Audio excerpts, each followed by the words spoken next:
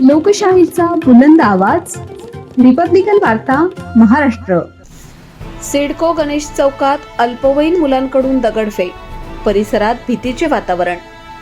पुन्हा दहशत माजवण्याचा प्रकार, अंबड पोलिसांकडून तपास सुरू. बातमी नाशिक येथून. सिडको परिसरातील गणेश चौक येथे आज शनिवार दिनांक 7 फेब्रुवारी 2026 रोजी सकाळी अल्पवयीन मुलांकडून दगडफेक केल्याची घटना घडली. अचानक घडलेल्या या प्रकारामुळे परिसरात काही काळ भीतीचे वातावरण निर्माण झाले होते. विशेष म्हणजे गेल्या महिन्यातही याच गणेश चौक परिसरात अल्पवयीन मुलांकडून दहशत माजवण्याचा प्रकार घडला होता. त्यावेळी काही वाहनांची तोडफोड करण्यात आली होती. आज पुन्हा एकदा अशाच प्रकारची घटना घडल्याने स्थानिक नागरिकांमध्ये संताप व्यक्त केला जात आहे. घटनेची माहिती मिळताच अंबड पोलीस ठाण्याचे अधिकारी व कर्मचारी तात्काळ घटनास्थळी दाखल झाले. परिस्थिती नियंत्रणात आणत परिसरात शांतता प्रस्थापित करण्यात आली. या प्रकरणाचा पुढील तपास अंबड पोलीस ठाण्याच्या वतीने सुरू असून संबंधित अल्पवयीन मुलांची ओळख पटवण्याचे काम सुरू आहे.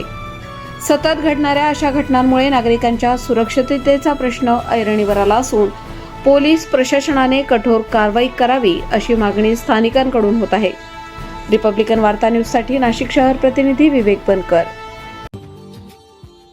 Subscribe now and press the bell icon.